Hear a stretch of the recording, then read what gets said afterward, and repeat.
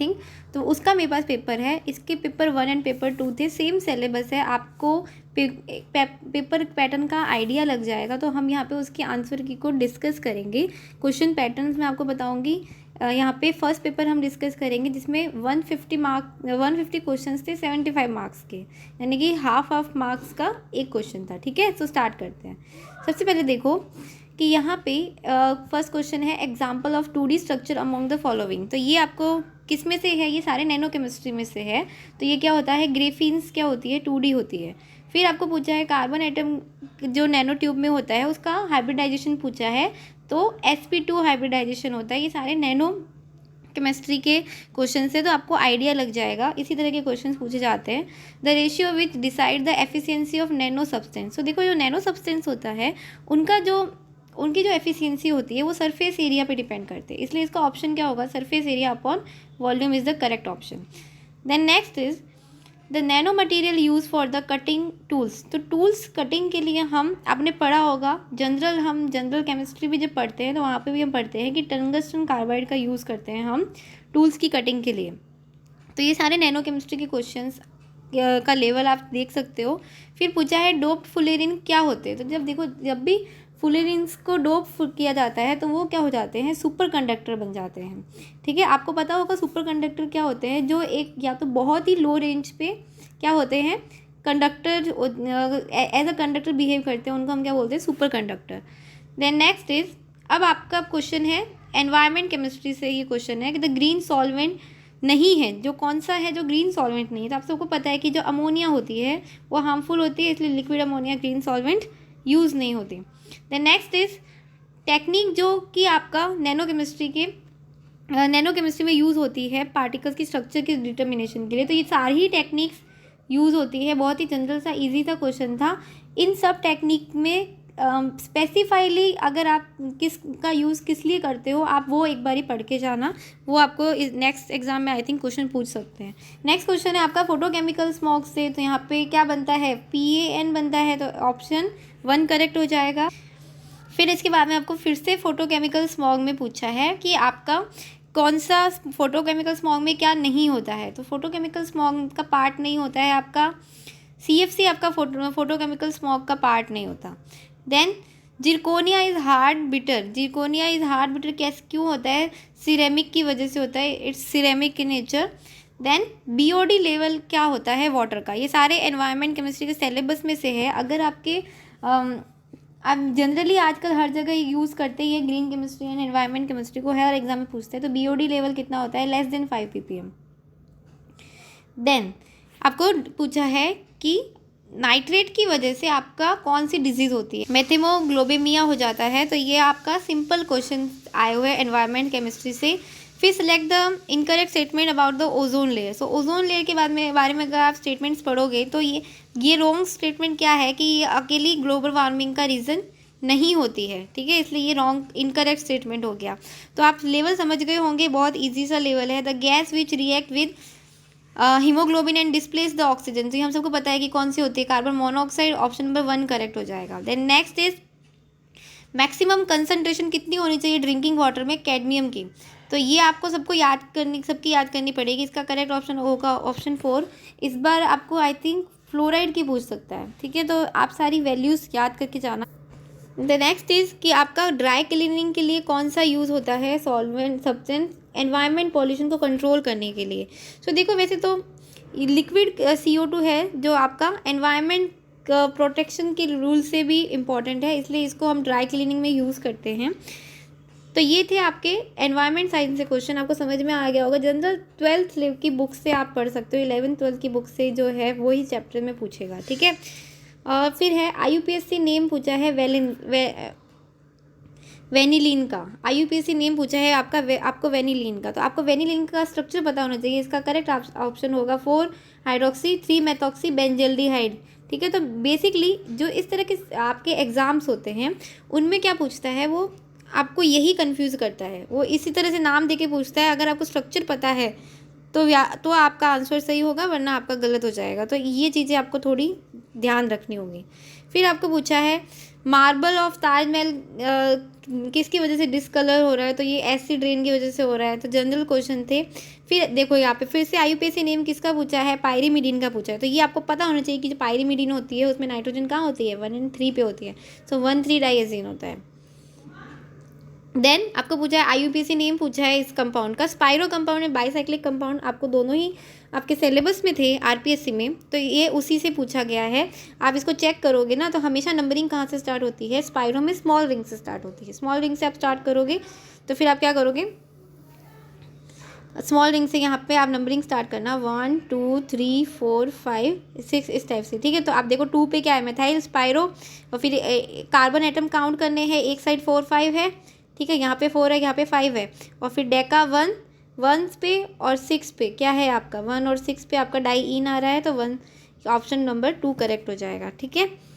फिर आपको पूछा है IUPAC नेम पूछा है इस कंपाउंड के लिए, तो ये सिंपल IUPAC नेम है, 4-ऑक्सोपेंटेनोइक एसिड हो जाएगा। देन फिर से आपको स्पाइरो कंपाउंड का पूछा है, तो वैसे ही आप निकालोगे, वैसे ही स्मॉल साइड से रिंग नंबरिंग स्टार्ट करना, तो क्या हो जाएगा आपका 1 2 3 4 पे आएगा आपका, 4 6 डाई इन पे, थर्ड ऑप्शन आपका करेक्ट हो जाएगा। फिर है आपका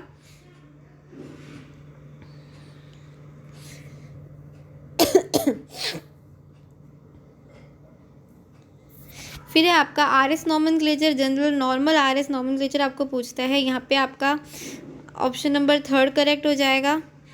उसके बाद में फिर से नॉर्मल IUPAC नेम पूछा है, ठीक है, तो इसका करेक्ट आंसर होगा 5-इथाइल-4-कीटो-ऑक्टेनोइक एसिड। तो IUPAC नॉमेनक्लेचर आप समझ गए होंगे कि किस तरह के क्वेश्चन आए। पर यूनिट 10 क्वेश्चन ये पूछता है, ठीक है, पर यूनिट 10 क्वेश्चन पूछता है, तो नॉमेनक्लेचर वाले में से भी लगभग 10 क्वेश्चन इसने पूछे हैं। फिर बाईसाइक्लिक कंपाउंड का इसने पूछा है, तो बाईसाइक्लिक कंपाउंड में आपको क्या करना होता है, जहाँ पे लार्ज नंबर होते हैं एटम्स के, वहाँ से काउंटिंग स्टार्ट करनी होती है, ठीक है। तो आप यहाँ से करोगे 1 2 3 4, ठीक है, यहाँ पे कितने कार्बन है 1 2, यहाँ पे कितने हैं 1 2 एंड 1, ठीक है, तो क्या होगा 2 2 1, ठीक है, हेप्टेन 2 ऑन, तो ये इसका करेक्ट ऑप्शन क्या हो जाएगा, ऑप्शन नंबर 1 करेक्ट हो जाएगा। फिर नेक्स्ट आपका जो IUPAC नेम पूछा है इसका करेक्ट ऑप्शन होगा ऑप्शन नंबर 4, आप चेकआउट कर लेना, बहुत इजी नॉमेनक्लेचर है। फिर है साइक्लोएल्केन, जिस है मैक्सिमम रिंग स्ट्रेन, कौन सी रिंग में सबसे ज़्यादा रिंग स्ट्रेन होता है आपको पता है, सबसे छोटी रिंग में सबसे ज़्यादा रिंग स्ट्रेन होता है, तो साइक्लोप्रोपेन में हाईएस्ट होगा। फिर से आपको बाईसाइक्लिक कंपाउंड का नॉमेनक्लेचर पूछा है, तो बाईसाइक्लिक कंपाउंड का इसका क्या हो जाएगा 1 2 3 4, यहाँ पे कार्बन है, यहाँ पे 1 है, यहाँ पे 0 है, ऑप्शन नंबर 1 इसका करेक्ट ऑप्शन हो जाएगा, ठीक है। फिर आपको पूछा है एक कायरल बताना है आपको इनमें से, तो देखो आपको सिंपल है, जब आप 1 क्लोरोपेंटीन बनाओगे तो यही होगा जो सिर्फ क्या होगा एक कायरल होगा, इतने इजी क्वेश्चन है, ठीक है। फिर आपको पूछा है meso tartaric acid and D tartaric acid क्या होते हैं, तो आपको पता है कि मीजो कंपाउंड है और एक टार्टेरिक कंपाउंड है, दोनों आपस में क्या होते हैं, डायस्टीरियोमर्स होते हैं, इनएंशियोमर नहीं होते ये, ठीक है। फिर नेक्स्ट में आपको फिर से RS नॉमेनक्लेचर पूछा है, सेम वैसे ही, तो इसका ऑप्शन क्या हो जाएगा, ऑप्शन नंबर 3 सेकंड इसका शायद करेक्ट होगा, ठीक है, आप चेकआउट कर लेना, मुझे याद नहीं। The compound exhibiting geometrical isomerism, so जब आप इसको सॉल्व करोगे चारों ऑप्शन अगर आप देखोगे तो सिर्फ ऑप्शन नंबर 4 है जहाँ पे क्या हो सकता है जियोमेट्रिकल आइसोमेरिज्म, यानी कि EZ नॉमेनक्लेचर आप कर सकते हो, तो ये क्या हो जाएगा ऑप्शन नंबर 4 करेक्ट हो जाएगा। Next is the most stable conformation of n butane, तो एन ब्यूटेन आपको पता है कि इसका कैसी एंटी फॉर्म सबसे ज़्यादा स्टेबल होती है। फिर से आपको S नॉमेनक्लेचर पूछा है जनरल सा, तो S नॉमेनक्लेचर आप इसका निकालोगे तो ऑप्शन नंबर 3 करेक्ट आएगा, ठीक है। तो ये थे सारे नॉमेनक्लेचर से क्वेश्चन, आपको समझ में आ गया होगा इस यूनिट से किस तरह के क्वेश्चन आपको पूछेगा, ठीक है, बस थोड़ा आराम से करने की ज़रूरत है, बाकी सही हो जाएंगे ये।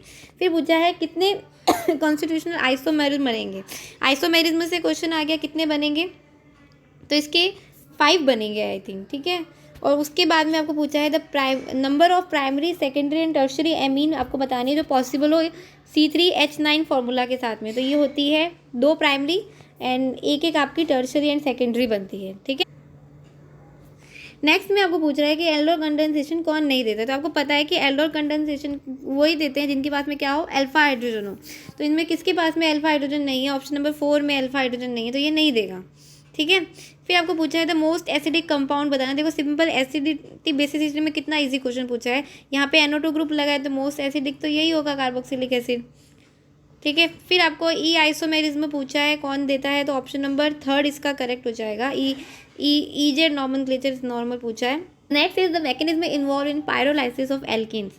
तो देखो पायरोलाइसिस जो होता है वो फ्री रेडिकल सब्स्टिट्यूशन से होता है, ठीक है, फ्री रेडिकल से रिलेटेड होता है, इसलिए ऑप्शन नंबर 1 ही इसका क्या हो जाएगा, करेक्ट हो जाएगा। फिर आपको पूछा है क्लोरोबेंजीन रिएक्ट करता है NaNH2NH3 के साथ में और एनिलीन फॉर्म करता है। आप इसी से समझ गए होंगे कि हमने हेलोबेंजीन यूज़ किया है और फिर उससे एनिलीन बनाया है, तो ये कैसी रिएक्शन है आपकी, बेंजाइन मैकेनिज्म वाली आपकी एलिमिनेशन एडिशन रिएक्शन है।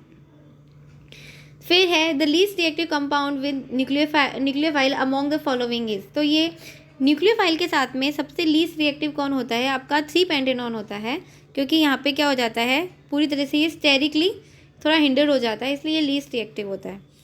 फिर है आपका the hybridize state of carbon in singlet carbon. तो आपको सबको पता है कि सिंगलेट कार्बन में कैसी स्टेट होती है आपकी, sp2 हाइब्रिडाइज होती है। फिर आपको फ्री रेडिकल्स की स्टेबिलिटी का ऑर्डर पूछा है, यहाँ पे ऑप्शन नंबर 3 करेक्ट हो जाएगा। आपको इसका PDF डिस्क्रिप्शन में मिल जाएगा, आप आराम से चेकआउट कर लेना। मैं यहाँ पे सिर्फ आपको ओवरव्यू दे रही हूँ, क्वेश्चन बहुत ज़्यादा है इसलिए थोड़ा फास्ट चल रहे हैं। फिर है आपको अरेंज करना है एसिडिक स्ट्रेंथ के बेस पे अरेंज करना है। तो जब आप इसको अरेंज करोगे ना तो सबसे ज़्यादा किसकी आएगी, पैरानाइट्रोफिनॉल की आएगी। ऑप्शन नंबर 2 करेक्ट होगा, 2, 3, 1 एंड 4, ठीक है, इस तरह से होगा, करके देखना ये सॉल्व। फिर आपको दिया है the neutral electron deficient monovalent species form as the intermediate of Hofmann bromide Curtius Smith reaction. तो कौन, ये सारी रिएक्शन किसकी होती है, नाइट्रोजन इंटरमीडिएट की होती है, तो ऑप्शन नंबर 2 करेक्ट हो जाएगा। फिर आपको रिएक्शन पूछिए कौन सा ऑक्सीडेशन है, तो ये कौन सा ऑक्सीडेशन है, इट्स द बेयर विनेगर oxidation. Next is the reaction intermediate कौन सा बनता है वेगनर मॉर्विन रीअरेंजमेंट में, तो ये आपको पता है कि ये कौन सी रिएक्शन होती है, कार्बोकेटाइन की होती है, इसलिए कार्बोनियम आयन आपका फॉर्म होता है। फिर आपको पूछा है फिनाइल एसीटेट को हीट करते हैं AlCl3 के साथ में और ये ortho and para hydroxy acetophenone बनाता है, ये रिएक्शन कौन सी है, तो ये रिएक्शन आप पहचान गए होंगे, सारी नेम रिएक्शन सिलेबस के अकॉर्डिंग ही दी है, तो ये फ्राइज रीअरेंजमेंट है। आप जितने भी सिलेबस में हैं आपके वो इस तरह के पूछ के जाना, इस तरह के एग्जाम्स में बहुत सीधे डायरेक्ट क्वेश्चन ही पूछते हैं, ठीक है। फिर है कौन सा कंपाउंड है जो कैनिजारो रिएक्शन देता है, तो आपने अगर कैनिजारो रिएक्शन पढ़ी होगी तो आपको सिंपल कैनिजारो के साथ में ही आपको पता होगा कि ये बेंजल्डिहाइड की होती है, तो यहाँ पे बेंजल्डिहाइड देख लो, ऑप्शन नंबर 2 करेक्ट होगा, ठीक है। फिर है the reaction intermediate form in the benzoin condensation. तो जो बेंजोइन कंडेंसेशन होता है वो कार्बेनाइन की होती है, तो यहाँ पे क्या बनता है, कार्बेनाइन बनता है। फिर है the major product form in the Reformatsky reaction. तो आप ये सब नेम रिएक्शन के प्रोडक्ट रिएक्टेंट पूछता है, तो ये याद करके चलना। तो यहाँ पे क्या क्या बनता है, यहाँ पे आपका बीटा हाइड्रोक्सी एस्टर फॉर्म होता है। फिर है the reaction in which the sterically hinder primary aromatic amine are prepared. तो इसमें आई थिंक मैं कंफ्यूज हूँ, या तो स्मिथ है या ग्रेबियल थैलेमाइड रिएक्शन है, आप चेकआउट कर लेना कौन सी बनती है। फिर है आपका the major product form in the Perkin reaction. तो पर्किन जो रिएक्शन होती है उसमें आपका क्या बनता है, अल्फा बीटा अनसैचुरेटेड एसिड बनता है, बहुत ध्यान रखना पर्किन में क्या बनता है, एल्डोल में क्या बनता है, ठीक है। और एल्डोल की स्ट्रक्चर क्या होती है, ये अल्फा बीटा अनसैचुरेटेड एसिड की स्ट्रक्चर कैसी होती है, ये सब आपको याद होने चाहिए। फिर है the intermediate form in the pinacol rearrangement. तो ये भी आपको पता है कि पिनेकॉल में भी क्या बनता है आपका, कार्बोकेटाइन बनता है, इसलिए कार्बोनियम आयन हो जाएगा, option number A। Then heterocyclic से क्वेश्चन है, ठीक है, वो सारे जनरल नेम रिएक्शन वाले क्वेश्चन थे, आप समझ गए होंगे उस यूनिट से किस तरह के क्वेश्चन आएंगे। हेट्रोसाइक्लिक में पूछ रहा है कि हाईएस्ट रेजोनेंस एनर्जी किसकी होती है, जब आप कंपेयर करोगे तो सबसे ज़्यादा किसकी होती है, थायोफिन की होती है, ठीक है। फिर आपको पूछा है बेंजोइन का फॉर्मूला, तो ऑप्शन नंबर 1 यहाँ पे करेक्ट है, ये बेंजोइन का फॉर्मूला है। जैसे मैंने कहा था कि फॉर्मूला याद रखना, बेंजोइन की स्ट्रक्चर क्या है, एल्डोल की क्या है, एक्सेट्रा।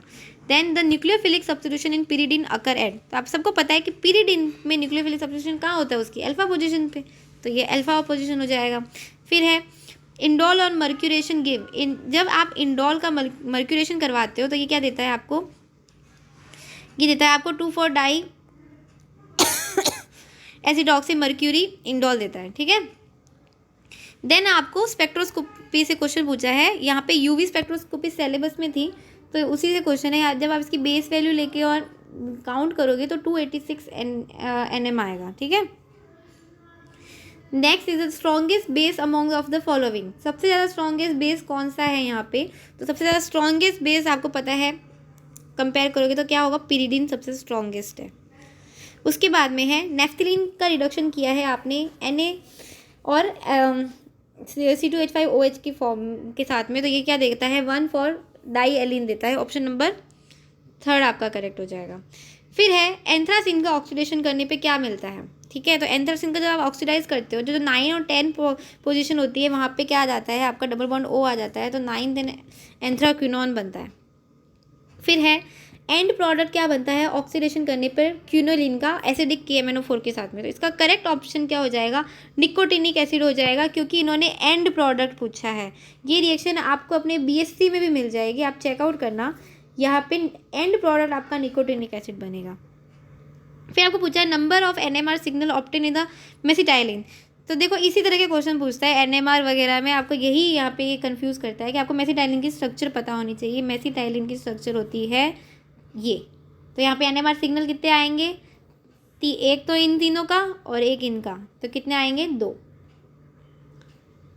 फिर है सॉफ्ट बेस का पेयर आपको बताना है, correct pair of soft base, ठीक है, तो आप सिंपल सा है ये, तो एसिड बेस में आपको पूछा है, तो OH वाला नहीं होगा, ठीक है, नाइट्रेट वाला नहीं होगा, CN वाला नहीं होगा, तो करेक्ट क्या हो जाएगा, ये हो जाएगा।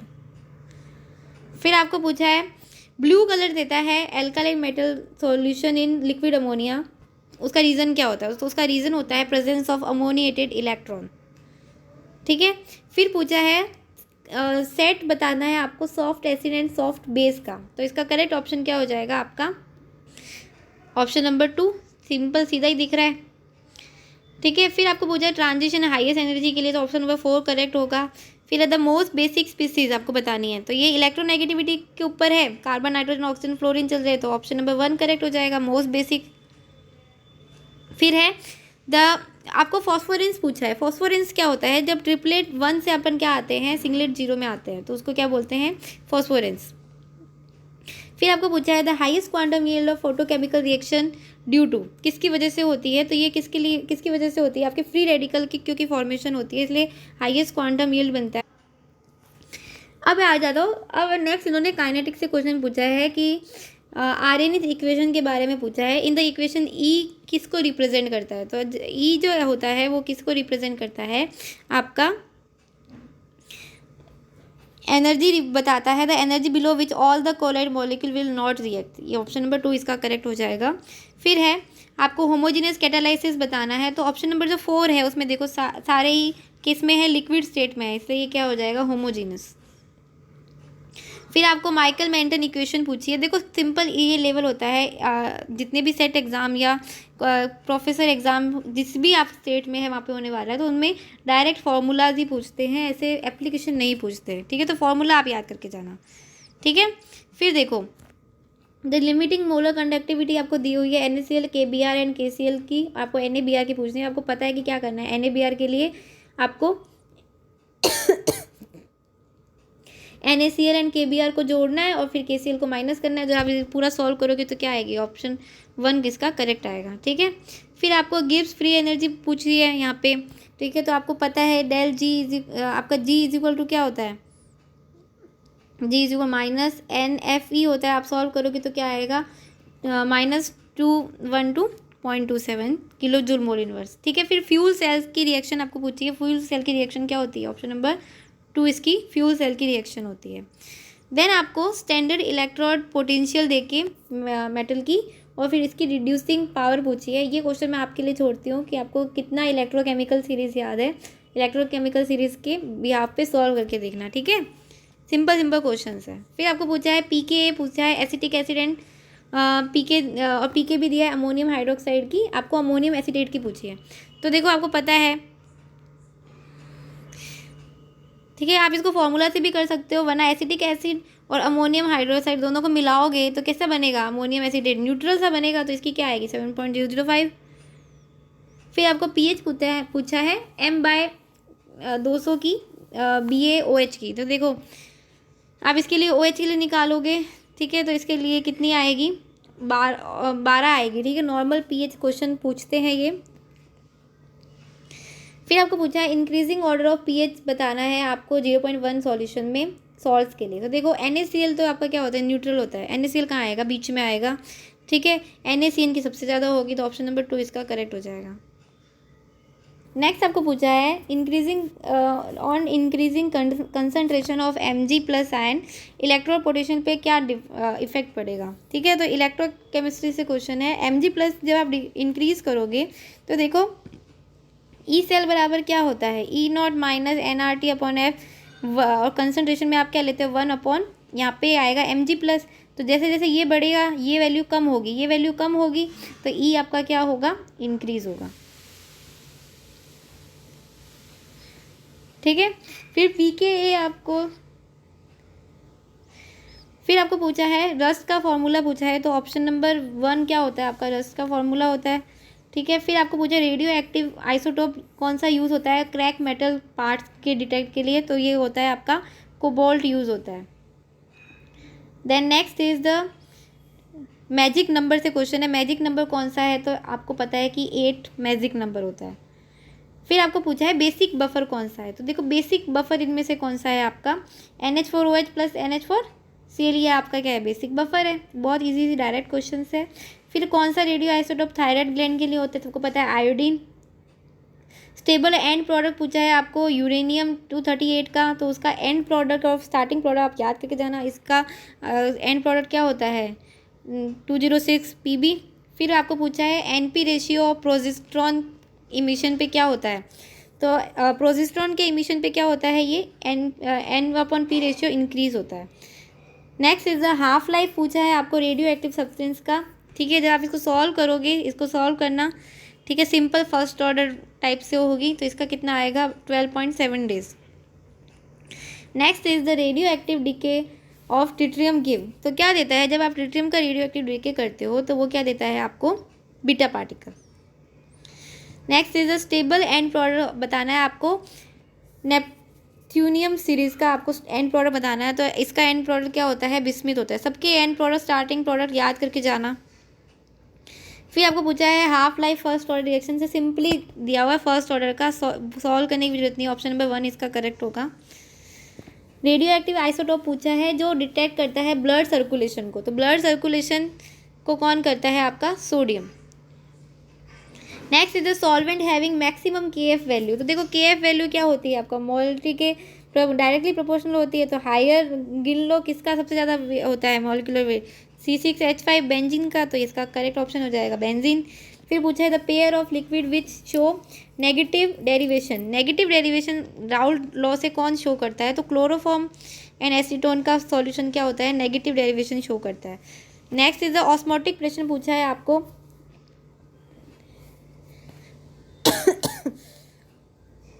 M/30 यूरिया सॉल्यूशन का, तो देखो ये आपको सिर्फ ऑस्मोटिक प्रेशर का फॉर्मूला लगाना है और आपको इसको सॉल्व करना है। इसका आंसर आप मुझे कमेंट सेक्शन में बताओगे कि इसका आंसर क्या आया, ठीक है। Next is the least soluble gas बतानी है आपको वाटर में, जो सबसे लीस्ट सॉल्यूबल होती है वो होती है हीलियम। नेक्स्ट आपको वही ऑस्मोटिक प्रेशर से आपको क्वेश्चन दिया हुआ है, जब आप इस दो सॉल्यूशंस को कंपेयर करोगे ना इसको, तो दोनों का क्या आएगा, इक्वल आएगा। फिर आपको पूछा है कि आइडल सॉल्यूशन के लिए क्या इनकरेक्ट है, तो हम सबको पता है कि ये राउल्ट लॉ को फॉलो करते हैं, डेल्टा H 0 होता है, डेल्टा V 0 होता है, तो ऑप्शन 4 इसका करेक्ट हो जाएगा, ये इनकरेक्ट है। फिर आपको पूछा है मोलर फ्रीजिंग पॉइंट दे के आपको फ्रीजिंग पॉइंट ऑफ सॉल्यूशन पूछा हुआ है। यहाँ पे देखो जो मोलर आपका फ्रीजिंग पॉइंट होता है वो क्या होता है, delta TF is equal to KFM होता है, ठीक है। यहाँ से आप निकालोगे तो TF0 माइनस TF0 आपको कितना दिया है, ये दिया है TF0 0, तो आप इसको सॉल्व करोगे तो कितना आएगा 1.86 आएगा, सॉल्व करके देखना। फिर आपको पूछा था सॉल्वेंट जिसकी मिनिमम KB वैल्यू होती है, तो मिनिमम यानी जिसका मॉलिक्यूलर वेट सबसे कम होगा, सबसे कम किसका है यहाँ पे आपका इथेनॉल का, तो ऑप्शन नंबर A इसका करेक्ट हो जाएगा। फिर आपको नॉर्मेलिटी निकालने को पूछा, तो नॉर्मेलिटी आप जब इसकी NaOH सॉल्यूशन की निकालोगे तो कितनी आएगी, N/10 आएगी। तो ये किस में से है, आपके सॉल्यूशन वाले यूनिट में से क्वेश्चन है, तो ये इसका लेवल है जनरल 12th बेस लेवल से क्वेश्चन है। फिर है वांट ऑफ फैक्टर आपको पूछा है, तो वांट ऑफ फैक्टर क्या होता है आपका, observed colligative property upon the theoretical colligative property, but ये आपको पूछा है मॉलिक्यूलर वेट के लिए, तो इसका रिलेशन क्या हो जाएगा, इन्वर्ट हो जाएगा, तो ऑप्शन नंबर 1 इसका करेक्ट आएगा। नेक्स्ट आपको पूछा है थर्मोडायनेमिक का फर्स्ट लॉ पूछा है, सिंपल थर्मोडायनेमिक इतना इजी क्वेश्चन दिया है, ठीक है, तो यहाँ पे क्या हो जाएगा, ऑप्शन नंबर 3 है। उसके बाद में आपको नेक्स्ट आपको एंथैल्पी ऑफ कंबंशन देके आपको एंथैल्पी ऑफ फॉर्मेशन पूछा है, तो बहुत इजी, जब भी ऐसा हो तो सिंपल है कि इसका जो सेकंड वन है उसका साइन इन्वर्ट करके दोनों को ऐड कर दो, जब दोनों को ऐड करोगे तो कितना आएगा, -110.5, ठीक है। फिर आपको गिब्स हेल्महोल्ट्ज इक्वेशन पूछी है, तो ऑप्शन नंबर 2 इसका करेक्ट ऑप्शन है, सिंपल इक्वेशन डायरेक्ट पूछता है। फिर आपको इनकरेक्ट स्टेटमेंट पूछा है एडियाबेटिक प्रोसेस के लिए, तो एडियाबेटिक प्रोसेस के लिए इनकरेक्ट स्टेटमेंट क्या है कि डेल्टा ई यहाँ पे नेगेटिव होती है, ये इसका इनकरेक्ट स्टेटमेंट है। फिर है यहाँ पे रिएक्शन आपको दे के पूछा है, डेल्टा एच और डेल्टा ई के बीच में रिलेशन पूछा है, तो देखो बहुत इजी है, del H is equal to क्या होता है, del E plus del n R T, ठीक है, तो डेल एन निकालोगे ना तो यहाँ पे देखो एन क्या हो रहा है, यहाँ कम हो रहा है, तो डेल्टा ई की वैल्यू क्या आएगी, डेल्टा एच से ज़्यादा आएगी, तो ये आपका करेक्ट आंसर हो जाएगा। फिर आपको मैक्सवेल रिलेशनशिप पूछा है, सीधा सा मैक्सवेल रिलेशन आपको आता है, ये सॉल्व करोगे तो क्या आएगा, ऑप्शन नंबर 4 करेक्ट आएगा। नेक्स्ट इज द आपको पूछा है एंट्रोपी चेंज, स्पॉन्टेनिटी की एंट्रोपी चेंज के लिए क्या होती है, तो आपको पता है यूनिवर्स की एंट्रोपी कंटिन्यू इंक्रीज हो रही है, तो ऑप्शन नंबर 3 क्या हो जाएगा, करेक्ट हो जाएगा। नेक्स्ट इज कौन सी एक्सटेंसिव प्रॉपर्टी है, तो मैंने आपको बताया था ट्रिक के साथ में, तो वॉल्यूम क्या है आपकी एक्सटेंसिव प्रॉपर्टी है। उसके बाद में पूछा है द एंट्रोपी आपको पूछा है परफेक्ट क्रिस्टलाइन सिस्टम के लिए delta T are the same for the T is equal to 0, ये कौन सा लॉ है, थर्ड लॉ ऑफ थर्मोडाइनेमिक है ये, ठीक है, बहुत इजी क्वेश्चन थे थर्मोडाइनेमिक से। फिर आपको स्पॉन्टेनियस प्रोसेस के लिए गिव्स फ्री एनर्जी के लिए पूछना है, तो देखो स्पॉन्टेनियस प्रोसेस के लिए गिव्स फ्री एनर्जी क्या होती है, हमेशा नेगेटिव होती है, तो ऑप्शन नंबर 1 क्या हो जाएगा, करेक्ट आंसर हो जाएगा। नेक्स्ट आपको पूछा है करेक्ट ऑर्डर ऑफ साइज बताना है, तो देखो जब आप साइज का वो निकालोगे इनका रिलेशन, तो क्या आएगा, ऑप्शन नंबर 3 करेक्ट आएगा। HF एंड जिरकोनियम की सेम होती है एंड देन टाइटेनियम की इनसे कम होती है। फिर आपको पूछा है आपको आयनिक रेडियस के लिए पूछा है, ठीक है, तो आप एफ लॉग में चलते हो तो आयनिक रेडियस का सिंपल सा पैटर्न चलता है, तो सबसे कम आपको लोएस्ट किसकी वैल्यू होगी, ऑप्शन नंबर 1 की। फिर आपको पूछा है नेक्स्ट जो क्वेश्चन है उसके अंदर आपको इलेक्ट्रॉनिक कॉन्फ़िगरेशन पूछा है क्यूरियम आयन का, तो क्यूरियम आयन का इलेक्ट्रॉनिक कॉन्फ़िगरेशन क्या होता है, ऑप्शन नंबर 2। डायरेक्ट क्वेश्चंस आते हैं। फिर आपको पूछा है फर्स्ट ऑर्डर आयनाइजेशन एंथैल्पी के लिए पूछा है, तो आपका करेक्ट आंसर क्या हो जाएगा, यहाँ पे ऑप्शन नंबर 3 इसका करेक्ट आंसर हो जाएगा, सबसे ज़्यादा होगी आपके सिलिकॉन की, देन Mg क्योंकि यहाँ पे NS2 होता है, फिर एल्यूमिनियम एंड देन सोडियम, ठीक है। नेक्स्ट में आपको पूछा है कि एलिमेंट जो होता है 117 जिसका एलिमेंट वो पीरियोडिक टेबल में कहाँ पे आएगा, तो ये पीरियोडिक टेबल में कहाँ पे आता है, आपका हेलोजेंस ग्रुप में आता है। फिर है आपका एलिमेंट 57 कौन से ब्लॉक से रिलेटेड है, तो ये डी ब्लॉक से रिलेटेड है, ठीक है, डायरेक्ट क्वेश्चन है। फिर है आप देन आपको पूछा है सेट ऑफ एलिमेंट बताना है second, third and first series में, तो देखो ध्यान देना, आपको सिर्फ यहीं पे कंफ्यूज करता है कि पहले आपको सेकंड बताना है फिर third and then first series में, तो ऑप्शन नंबर 3 इसका करेक्ट हो जाएगा। फिर आपको आइसो इलेक्ट्रॉनिक स्पीसीज पूछी है, तो आइसो इलेक्ट्रॉनिक जिनके अंदर सेम इलेक्ट्रॉन नंबर हो, तो ऑप्शन नंबर 3 करेक्ट होगा यहाँ पे। फिर आपको बॉन्ड लेंथ का ऑर्डर पूछा है, सिंपल सा बॉन्ड लेंथ ऑर्डर होता है यहाँ पे, सबसे ज़्यादा किसकी होती है, O2 प्लस की, then O2 negative and then O2 negative. फिर आपको करेक्ट मैच पूछा है, तो करेक्ट मैच यहाँ पे आप कंपेयर करोगे बॉन्ड ऑर्डर एंड शेप का, तो सबसे करेक्ट किसका है, ओजोन वाले का करेक्ट है। देन नेक्स्ट इज आपको BrF5 की शेप पूछी है, तो इसकी शेप कैसी होती है,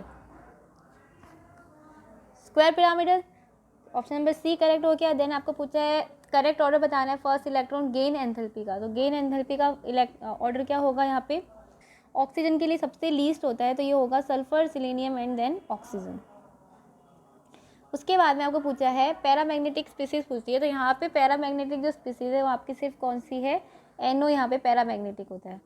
उसके बाद में आपका फ्रेजान रूल से क्वेश्चन आया है, यहाँ पे डिक्रीजिंग ऑर्डर ऑफ सॉलिबिलिटी बताना है, तो ऑप्शन नंबर 2 यहाँ पे क्या हो जाएगा, करेक्ट ऑप्शन हो जाएगा।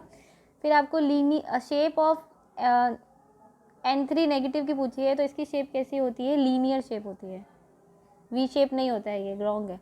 फिर उसके बाद में पूछा है रिलेटिव बॉन्ड स्ट्रेंथ पूछी है आपको ऑर्बिटल्स की। तो देखो बॉन्ड स्ट्रेंथ इसमें कई सारे लोगों को कन्फ्यूजन होता है, बट बॉन्ड स्ट्रेंथ अगर आप देखोगे ना हुई वगैरह में से पढ़ना, तो सबसे स्ट्रॉन्गेस्ट बॉन्ड स्ट्रेंथ sp3 की होती है, देन sp2 देन sp की। तो ये क्या होगा, फर्स्ट ऑप्शन करेक्ट होगा इसका। फिर है आपका ट्राइड हैविंग बॉन्ड ऑर्डर बताना है आपका 2.5 जिसका बॉन्ड ऑर्डर होता है। तो आप जिस सबको कैलकुलेट करोगे ना तो सिर्फ यहाँ पे क्या हो जाएगा, ऑप्शन नंबर 2 करेक्ट हो जाएगा। Then next is the molecular ion जो हाइड्रोजन बॉन्ड नहीं शो करता। तो जो ऐसा होता है वो क्या होता है आपका H3O में सिर्फ हाइड्रोजन बॉन्डिंग नहीं मिलती, बाकी सब में मिलती है। फिर है द मैग्नेटिक मोमेंटम दिया है आपको। फिर नेक्स्ट में आपको मैग्नेटिक मोमेंटम पूछा है, तो 26 के लिए आप मैग्नेटिक मोमेंटम निकालोगे तो 4 अनपेयर इलेक्ट्रॉन, तो 4.90 इसका मैग्नेटिक मोमेंटम आएगा। फिर द ट्रांजिशन एलिमेंट जो +8 ऑक्सीडेशन शो करता है, तो +8 कौन करता है, इनमें से रुथेनियम शो करता है। Next is the diamagnetic species आपको पूछिए, तो डाईमैग्नेटिक स्पीसीज कौन सी होती है आपकी, NiCN4 2 नेगेटिव कैसा होता है आपका, डायामैग्नेटिक होता है। फिर आपको पूछा है हाइब्रिडाइजेशन निकालना है यहाँ पे, तो सिंपल हाइब्रिडाइजेशन आप निकाल सकते हो, यहाँ पे आएगा ऑप्शन नंबर 2 इसका करेक्ट ऑप्शन आएगा। उसके बाद में आपको पूछा है जॉन टेलर डिस्टॉर्शन से क्वेश्चन आया है, रेगुलर ऑक्टाहाइड्रल ज्योमेट्री किसमें मिलती है, तो सिर्फ Mn यानी D5 वाले में आपको क्या मिलेगी, रेगुलर स्ट्रक्चर मिलेगी। उसके बाद में है कलरलेस कंपाउंड कौन से होते हैं, तो देखो जिनमें D10 होता है वो कलरलेस होते हैं, इसलिए ऑप्शन नंबर 2 इसका क्या हो जाएगा, करेक्ट ऑप्शन हो जाएगा। देन नेक्स्ट इज द आपको नॉमेनक्लेचर पूछा है आपको कोऑर्डिनेशन कंपाउंड्स के, तो यहाँ पे इसका ऑप्शन नंबर 4 आपका करेक्ट IUPAC नॉमेनक्लेचर होगा। Then next is a high spin complex among the following, तो इनमें से हाई स्पिन कॉम्प्लेक्स कौन सा है आपका, ऑप्शन नंबर 4, क्योंकि यहीं पे क्या है आपका वीक फील्ड लिगेंड है, तो ये क्या बनाएगा, हाई स्पिन कॉम्प्लेक्स बनाएगा। फिर उसके बाद में आपको पूछा है जो आपका ये कंपाउंड है ये कौन सा आइसोमेरिज्म में शो करेगा, तो ये ज्योमेट्रिकल एंड ऑप्टिकल दोनों ही शो करता है, इसलिए ऑप्शन नंबर 4 इसका करेक्ट ऑप्शन होगा। उसके बाद में आपको पूछा है अनपेयर इलेक्ट्रॉन बताने हैं इन सभी में, तो आप इनका काउंट करोगे तो इसमें कितने आएंगे अनपेयर इलेक्ट्रॉन, 4 4 3 एंड 1 सबके, ठीक है। फिर आपको पूछा है नैनो पार्टिकल्स की साइज की रेंज क्या होती है, तो नैनो पार्टिकल साइज रेंज होती है 1 to 100 नैनोमीटर। उसके बाद में है नैनो फॉर्म में मेल्टिंग पॉइंट क्या होता है, तो जब भी नैनो फॉर्म लेते हैं तो उसका मेल्टिंग पॉइंट में एकदम से डिक्रीज आ जाता है, तो इसका करेक्ट ऑप्शन क्या हो जाएगा, ऑप्शन नंबर 2 करेक्ट हो जाएगा। एंड द लास्ट आपको क्या पूछा है, IUPAC नॉमेनक्लेचर ही पूछा है, तो इसका करेक्ट IUPAC नॉमेनक्लेचर हो जाएगा आपका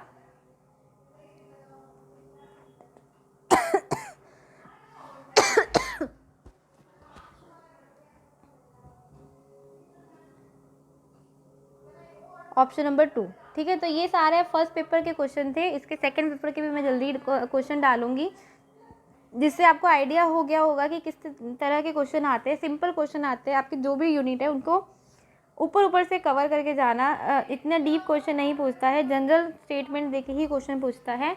और आपका इस पूरे क्वेश्चन पेपर का PDF आपको डिस्क्रिप्शन बॉक्स में मिल जाएगा, आप वहाँ से चेकआउट कर सकते हैं। So if you like the video then please like share and comment and subscribe to my channel. Thank you for watching.